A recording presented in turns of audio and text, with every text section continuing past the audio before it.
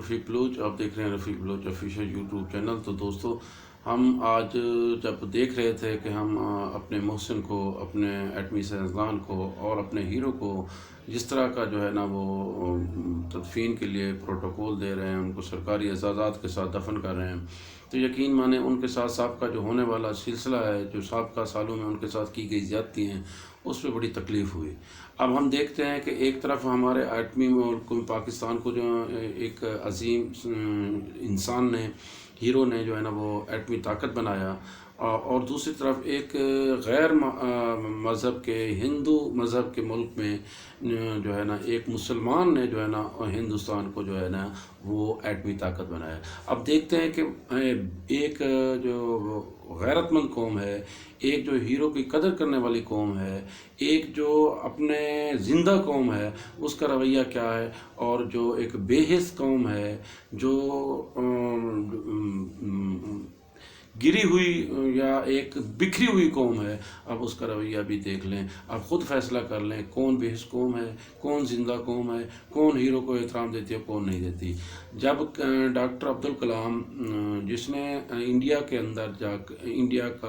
کے لیے ایٹمی طاقت بنایا، تو اس قوم نے، یعنی ہندو مذہب جن کا جو ہے نا وہ سرکاری مذہب ہے، ہندو کی آبادی ہے،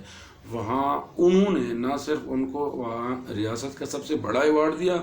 بلکہ ان کو سب سے بڑا عہدہ یعنی وہ صدر مملکت بھی ان کو بنایا۔ اور اس کے بعد جب اس کی تدفین ہوئی، جب ان کی جو ہے نا وفات کے بعد، تو آپ نے سوشل میڈیا کے اندر خود بھی دیکھا ہوگا کہ مودی جو ہے، جو سب سے بڑا مخالف ہے مسلمانوں کا، وہ خود آیا اور اس نے آ کے ان کے جسد خاکی کو جو ہے نا وہ سلوٹ کیا۔ سلوٹ کرنے کے بعد اس نے، جیسے ان کے مذہبی رسومات ہوتے ہیں، ہاتھ بدھ کے کھڑا رہا، اور وہاں آرمی آئی، تمام ان کے جو ہے نا وہ فوجی آئے، تو انہوں نے بڑے سرکاری پروٹوکول کے ساتھ، بڑے اعزاز کے ساتھ اس کو دفن کیا، اس کی تدفین کی۔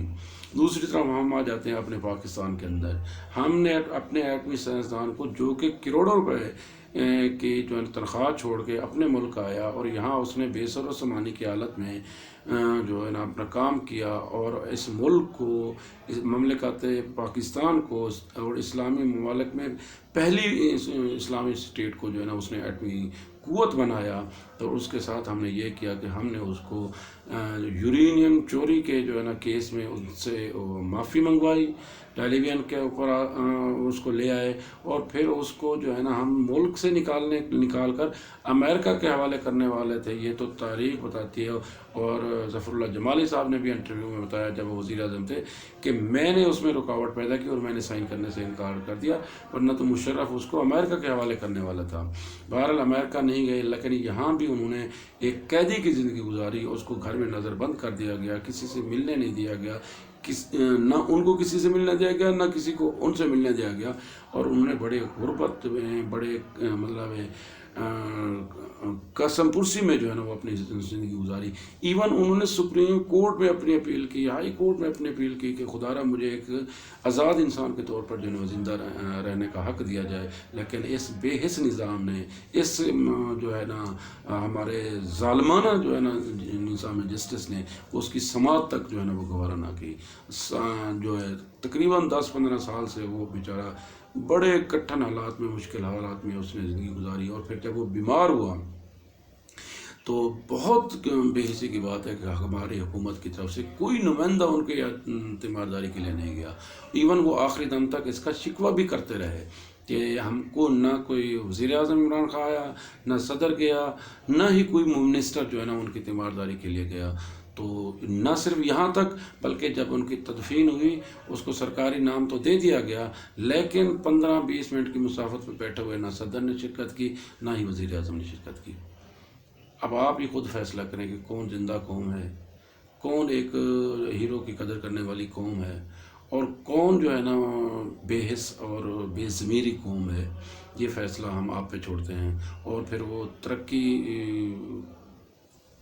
کیوں نہیں کرتی وہ قوم جو اپنے ہیرو کا جو ہے نا وہ قدر نہیں کرتی، یہ بھی فیصلہ ہم آپ پہ چھوڑتے ہیں۔ بہرحال دل دکھتا ہے، تکلیف ہوتی ہے کٹن ہوتی ہے کہ ہمارے ساتھ ایسا کیوں ہو رہا ہے اور ہمارے حکمران ہمارے ساتھ ایسا کیوں کر رہے ہیں۔ سوچنا چاہیے ہمیں بھی، ہمارے حکمرانوں کو بھی، اور ان کو بھی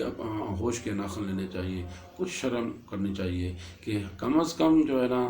ہیروز کو، جو محسن ہیں اس ملک کے، اس پاکستان کو انہوں نے جو ہے نا محفوظ بنایا، اس پاکستان کو ناقابل تسخیر بنایا، ان کے ساتھ تو کم از کم اپنا رویہ جو ہے نا وہ بہتر کر لیتے تو اس ملک کے لیے، اس قوم کے لیے بہتر ہوتا۔ ہم دعا ہے کہ اللہ تعالیٰ اس ملک کو قائم دائم رکھے اور اس ملک کو ہمیشہ کے لیے جو ہے نا اسلام کا قلعہ بنائے اور ناقابل تسخیر بنائے۔ ڈھیر ساری دعاؤں کے ساتھ اپنا خیال رکھے، اپنے دوستوں کا، اپنے رشتہ داروں کا، اور جو ہے نا اپنے گھر والوں کا۔